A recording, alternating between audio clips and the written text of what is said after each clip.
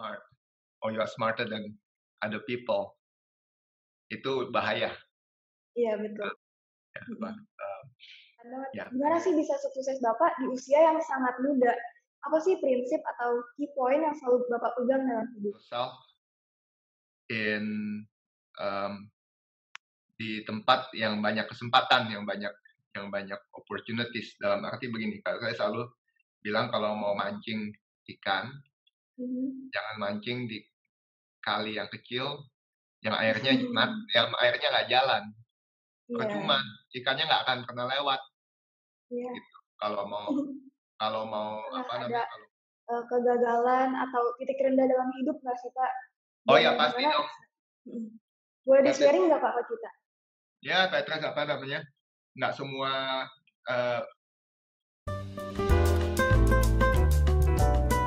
Halo teman-teman PPA Santo Andreas dan semua yang lagi nonton podcast ini. Welcome to the fourth episode of PPA Santo Andreas Podcast bersama aku, Patricia Riela.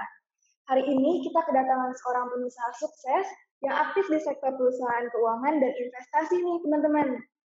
Ia adalah founder dari Northstar Group, private equity terkemuka di kawasan Asia Tenggara. Beliau juga merupakan investor pertama Gojek yang masih menjadi investor utama hingga kini. Tidak sampai di sana, beliau adalah salah satu komisaris dalam jajaran BOC Indosat Ooredoo Hutchison dan masih banyak lagi. Ia disebut-sebut sebagai the rising star dalam dunia bisnis Indonesia. Siapakah dia?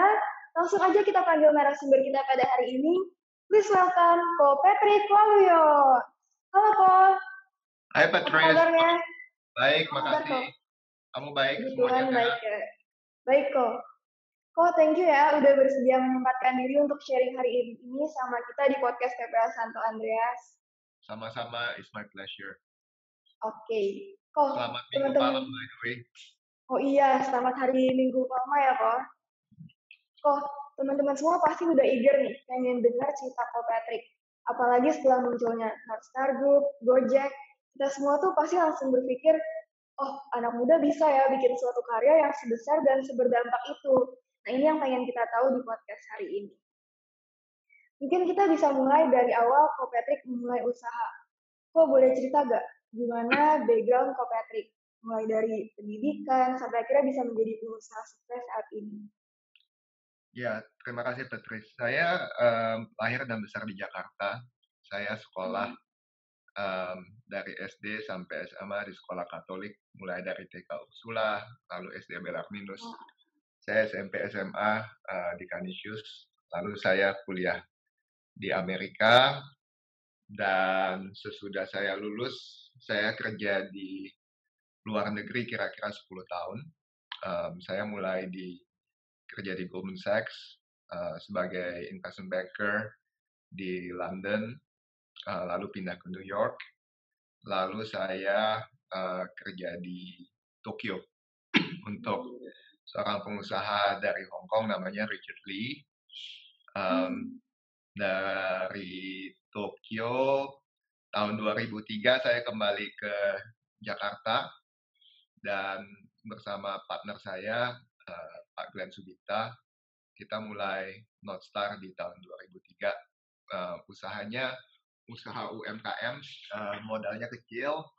Kita mulai sebagai advisory firm, lalu kita juga invest kecil-kecilan. Dan di tahun 2006 kita punya kesempatan untuk mulai private equity bisnis kita.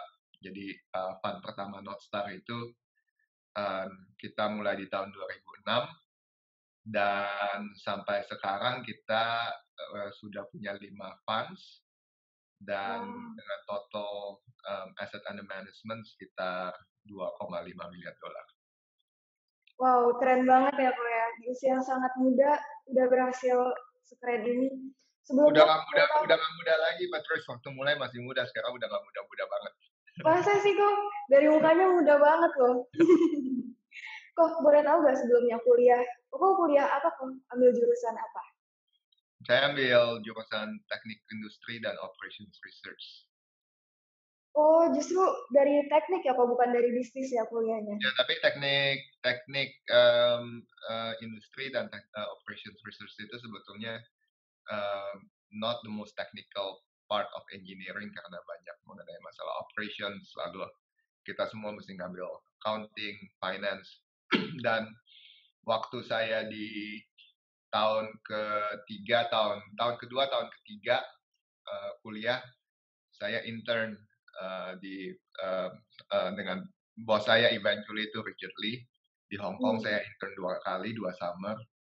Lalu memang kerjaannya kita almost like private equity activities, dan saya putuskan waktu itu karena saya intern itu saya merasa memang saya lebih berminat di bidang investment daripada melanjutkan di engineering. Jadi sejarah pivotnya begitu. Berarti belok gitu ya kalau dari Ya, jurusan yang dipilih pas kuliah. ya. Tapi teknik teman-teman saya yang dari teknik juga banyak. Saya lulus dari Cornell. Saya banyak teman dari engineering juga. Semuanya akhirnya kebanyakan pivot. Iya, aku dengar-dengar justru kalau dari engineering malah pikirannya lebih terbuka gitu ya kalau saat berbisnis. Menurut saya kalau engineering, menurut saya pendidikan itu cuma satu dari sekian banyak faktor untuk karir ke depan. Sebagai engineering students itu memang keuntungannya kita matematiknya itu kuat, lalu dilatih untuk belajar melihat sesuatu dengan logika dan mencari cara untuk penyelesaiannya. Tapi terus terang apa yang dipelajari di sekolah itu relevansinya ke pekerjaan sehari-hari dan dalam kehidupan itu nggak terlalu besar. Ada, cuman nggak terlalu besar. Mungkin yang kita pelajari di kelas 1 sampai kelas 6 SD, membaca berhitung itu lebih dari 80% yang dibutuhkan dalam pekerjaan sehari-hari. Iya, oke kok. Kok ngomong-ngomong soal kesuksesan Koko, aku penasaran banget deh. Kan orang sukses tuh punya kayak konsistensi yang selalu dibangun gitu kan, kalau rutinitas. Banyak orang bilang kalau mau sukses tuh harus punya konsistensi gitu. Nah, dalam perjuangan Kopetik mencapai titik kesuksesan saat ini kan pastinya ada kebiasaan yang dengan konsisten dilakukan.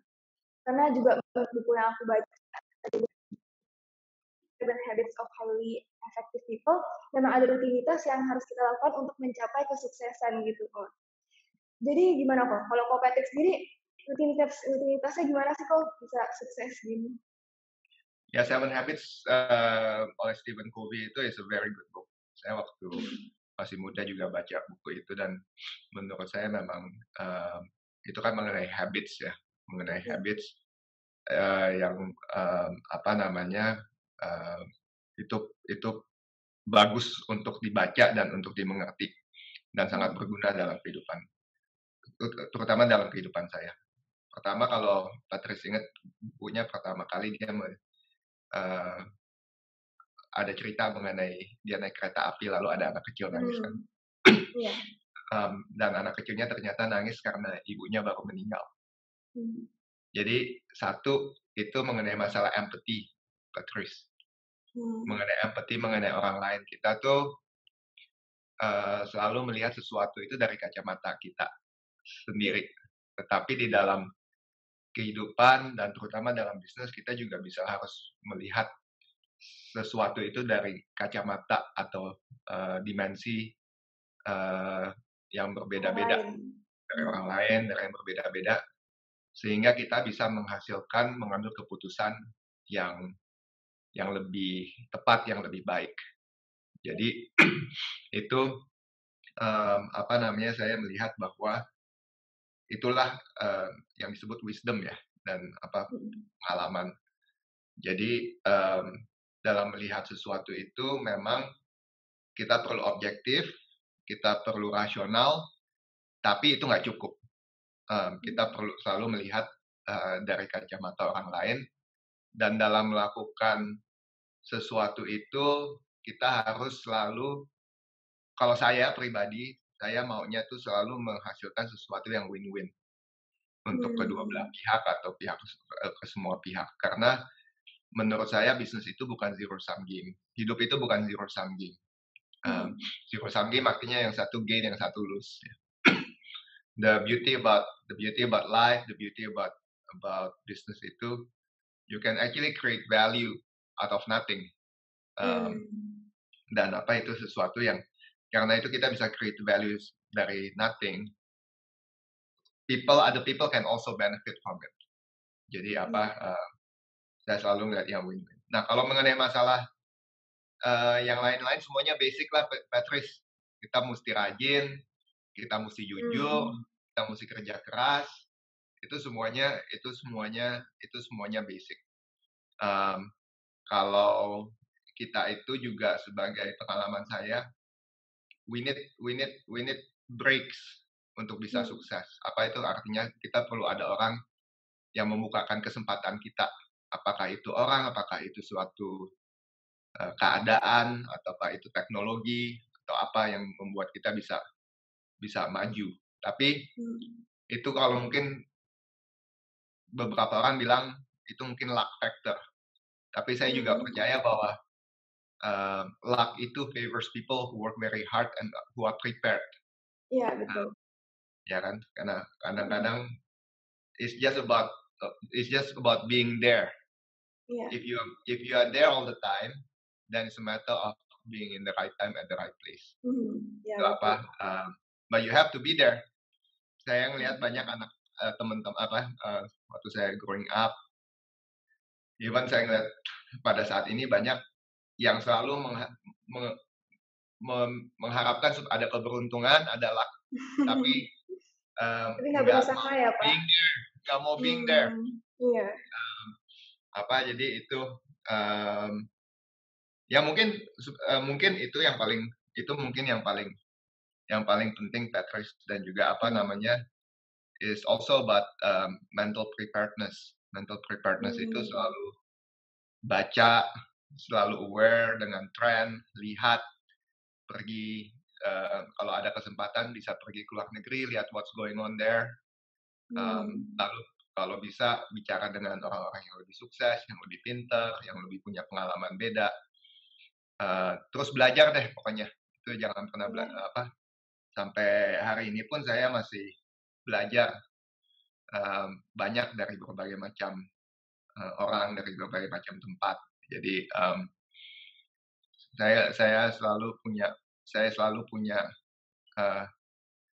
pemikiran bahwa once you think that you are smart or you are smarter than other people, itu bahaya. Iya, betul. Ya, Hmm. anyway, mungkin saya stop di situ dulu. Terus. Iya, benar banget tuh teman-teman. Buat teman-teman semua yang nonton mungkin suka males belajar, Pak Patrick aja yang udah sukses ini nggak pernah berhenti belajar ya, Pak. Jadi kita tuh harus selalu rajin belajar, teman-teman. Kalau mau bisa sukses, harus selalu mau belajar. Pak, mungkin teman-teman semua penasaran banget, gimana sih bisa sukses Bapak di usia yang sangat muda? Apa sih prinsip atau key point yang selalu Bapak pegang dalam hidup? Pertama, harus bisa dipercaya sama orang, Patrice. Hmm. Dan kita mesti ingat bahwa hidup dan bisnis itu is a long term game. Hmm. Kalau kamu main suatu game sekali dan satu game berulang-ulang kali, itu the way you play the game would be different. Hmm. Kalau gamenya cuma dimainkan satu kali, maybe you can do shortcut, maybe you can speculate, maybe you can cheat people, but if you play that game over and over again, um, you need to you build yourself a track record and reputation. Itu yang selalu orang bilang, reputation is very important. Hmm. Jadi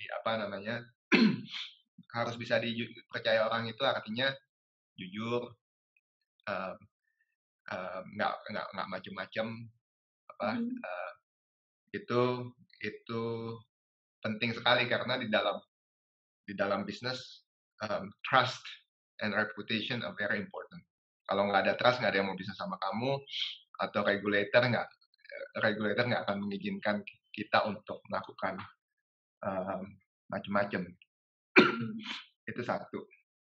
Yang seperti yang saya bicara tadi, is about mental preparedness sih.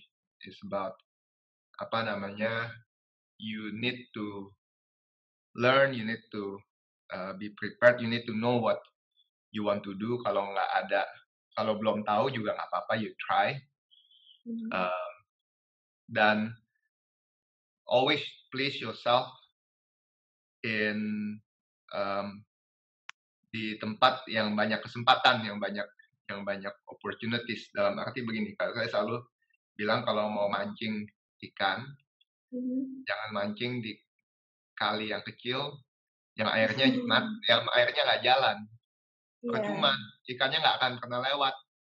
Gitu. Kalau mau mancing, cari tempat yang ikannya banyak, yang airnya bersih, yang ada banyak pergerakan air dan segala macam itu. Jadi you need to you need your position in the best place. Nah, tapi pada intinya kita tuh sangat beruntung kita hidup di Indonesia.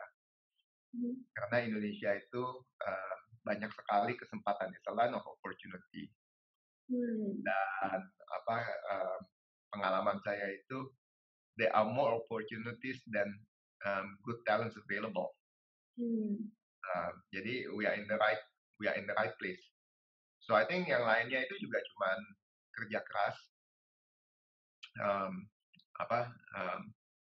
be always aware, surround yourself with the right people. Biasanya kalau kita surround ourselves with the right people, all kind of good things will happen. Oke. Tapi mungkin selain rutinitas dan prinsip-prinsip tersebut, ada salah satu juga yang paling utama ya Pak, yaitu adalah penyertaan Tuhan selalu dalam setiap perjalanan yang kita kerjakan gitu. Kalau Pak Patrick sendiri? Ora et labora katanya. Ya betul Pak. Kalau Pak Patrick sendiri, perjalanan imannya gimana nih sampai bisa sukses ini, dan mungkin gimana pertama kali bertemu dengan Tuhan dan menjadi seorang Katolik mungkin? Kalau doa itu saya yakin bukan doa dari kita sendiri, tapi doa dari orang tua, doa dari istri atau yang wanita, doa dari suami, doa dari anak-anak, doa dari orang-orang di sekitar kita, dan doa orang-orang yang kita tolong, yang kita sentuh. Dan makin banyak yang kita sentuh, makin banyak doanya. Nah itu mungkin kalau di agama Buddha namanya karma. The more good things you do, the more good deeds that you do, good things will happen to you kan. Kalau di Katolik, mungkin apa yang kita tabur, apa yang kita tuai gitu ya Pak. Tuh, jadi jadi hubungan doa itu, hubungan kita dengan Tuhan kan vertikal dan horizontal. Vertikal dengan Tuhan dan horizontal dengan sesama kita. Dan menurut saya itu hubungan dengan sesama kita itu sama pentingnya atau tidak, atau bahkan lebih penting daripada hubungan kita dengan Tuhan. Kenapa? Karena saya melihat banyak sekali orang-orang yang selalu menyebut-nyebut nama Tuhan, bilangnya orang beriman, tapi memperlakukan sesamanya dengan tidak baik, ditipu, menipu, membohongi, atau berbuat jahat kepada sesamanya. Itu menurut saya nggak ada gunanya seperti itu, karena itu bad karma kalau orang Buddha bilang. Jadi perjalanan iman saya boleh dibilang saya bukan orang yang benar-benar fully beriman, Patrice, dalam arti saya nggak memberikan khotbah, saya nggak pernah mau mengaku bahwa saya orang yang suci atau apa. Tapi yang saya selalu ingat, saya di Kanisius selalu diajarkan supaya mencintai Tuhan, mencintai sesama saya, dan untuk menjadi garam di dunia ini. Jadi prinsip-prinsip itu aja yang saya selalu pegang, bahwa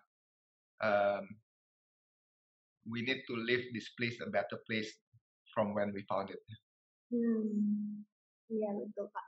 Tapi selama perjalanan ini pernah ada kegagalan atau titik rendah dalam hidup nggak sih Pak? Oh ya pasti dong. Boleh di-sharing nggak Pak ke kita? Ya Petra, nggak semua bisnis itu kan berhasil, dan hidup itu nggak seperti kurva atau grafik yang mulus, selalu ada problemnya. kita sering beberapa kali dihadapkan dengan krisis, ada bisnis-bisnis yang kita harus tutup, itu selalu itu is part of the journey. Dan dan it can be very stressful. Tapi yang paling menguatkan ya keluarga, support dari keluarga, lalu juga support dari colleagues dan teman-teman gitu. Dan juga selalu ya menemukan kekuatan melalui doa juga. Tapi buat saya, menurut saya the end of the day itu is the support from the people around you yang paling penting. Ya. Ketika jatuh dan mengalami kegagalan tuh banyak orang yang ngerasa gini kok kayaknya Tuhan ninggalin ya dan udah mungkin gak sayang sama kita. Tapi menurut pengalaman Ko Patrick sendiri dari mungkin kegagalan yang tadi Koko sebutkan, itu benar gak sih kok Tuhan tuh beneran meninggalkan atau sebenarnya dibalik itu Tuhan punya rencana yang bagaimana kok? Kalau menurut saya kan ada dua hal yang kegagalan itu atau nggak cuma kegagalan Petrus juga dalam hal kesehatan.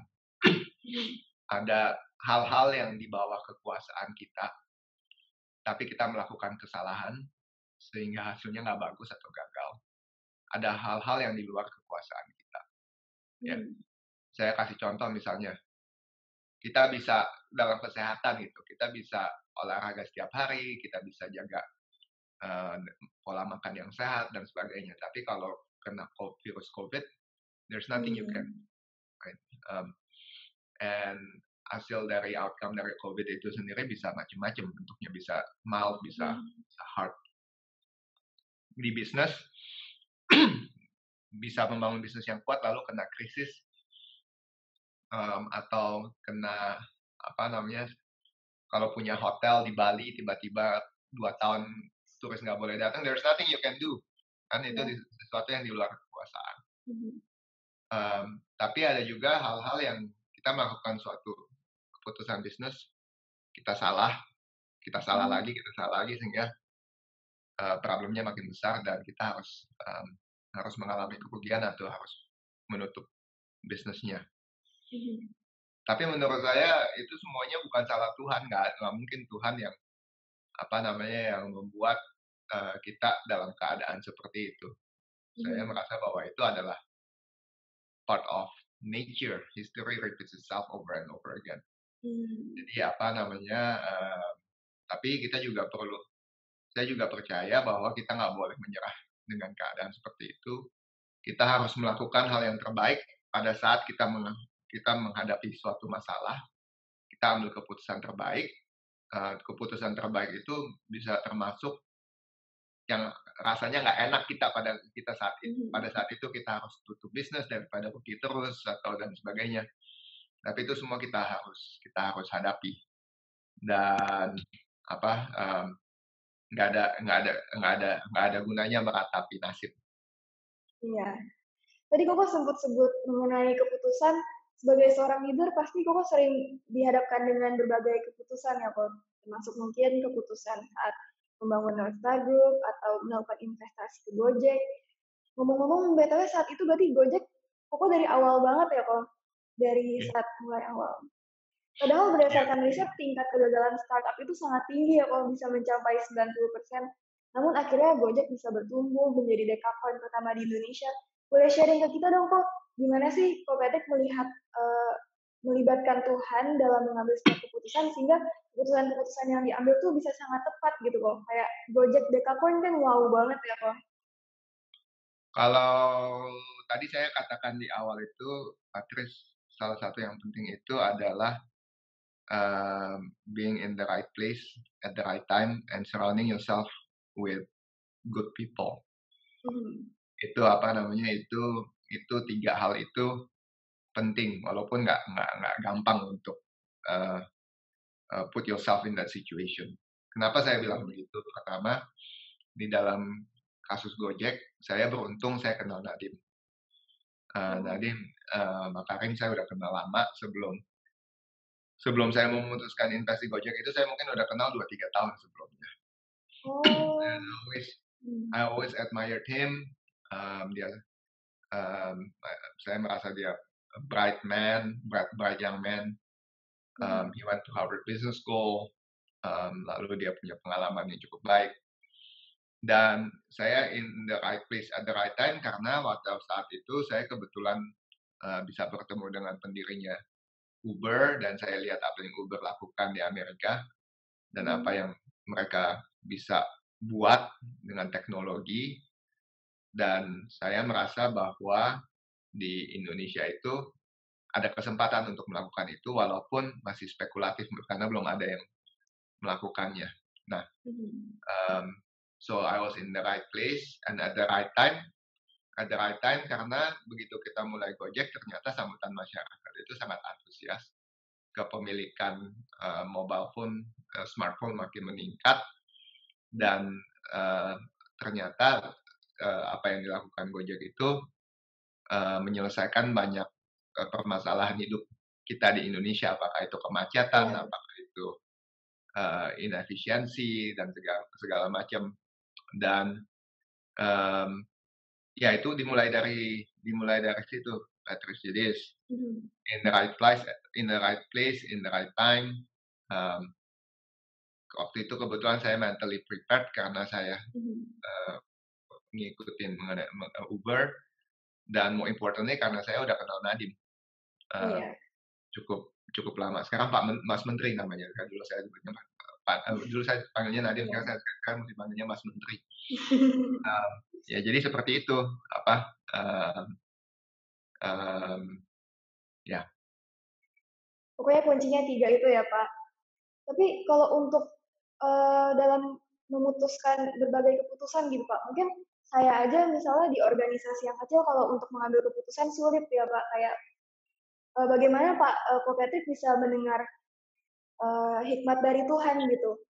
Kalau Tuhan misalnya untuk investasi di salah satu perusahaan gitu. Saya waktu di Kanisius, waktu baru masuk di kelas 1 SMP, ada pater muda yang ngajarin kita untuk mendengarkan suara hati kita. Suara hati itu perpaduan antara doa dan awareness, dan juga dengan pengalaman. Jadi menurut saya itu dalam melakukan sesuatu itu kita perlu step back dan kita perlu mendengarkan suara hati kita.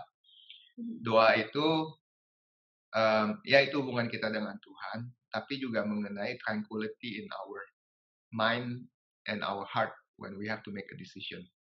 Jangan terbawa emosi, jangan terbawa keadaan, tapi kita perlu step back, kita harus pikir, kita harus dengarkan suara hati kita. Dan suara hati ini makin kita pengalaman makin kuat, Patrice, karena juga kita udah pernah kita bertemu dengan banyak tipe orang, kita punya lebih banyak kegagalan dan kesuksesan. Kita mesti step back a little bit, be quiet, dan kita harus mikir is this the right thing to do or not, perasaannya enak atau enggak berdasarkan itu. Karena saya belakangan ini di pandemi saya ngelihat dengan stock market yang begitu euforia dengan berbagai macam investasi anak-anak muda cepat sekali melakukan investasi ini, investasi itu. Tapi nggak apa-apa, that's a good thing. Tapi buat saya itu kadang-kadang saya itu perlu step back dan saya perlu reflect, dan reflect itu part of the reflection is mendengarkan suara hati. Is this the right thing to do or not gitu. Dan itu bukan cuma soal keputusan investasi, but kadang-kadang there are a lot of decisions that you need to do and you need to listen to yourself whether this is a good thing or not gitu. Is this good for you? Apakah ini sesuai dengan your values? Karena life is not about material wealth all the time. So I think that's, kalau buat saya peran doa dalam mengambil keputusan itu. Pokoknya intinya teman-teman yang lagi ambil keputusan selalu ingat buat dengerin suara hati ya kok. Jangan cuma dari pikiran dan logika aja, tapi juga harus dengerin suara hati. Jangan terbawa emosi. Oh ya, jangan terbawa emosi juga teman-teman. Oh ya, kalau ngomong rencana Tuhan banget nih kok, kita bisa dengar langsung mengenai Goto dari investornya langsung H-1 Goto IPO. Dan mungkin apa skill yang harus dikuasai oleh generasi mendatang agar bisa sukses Kopetrik dalam kehidupan. Saya kasih tahu yang nggak akan hilang. Yang nggak akan hilang. But if your view is that you want to start something and make it very big and make it very special, itu banyak sekali faktor yang penting untuk itu. Kerja keras, surround yourself with good people and good things will happen to you. Kalau ada salah satu mentor saya bilang, good things will happen to good people in good way.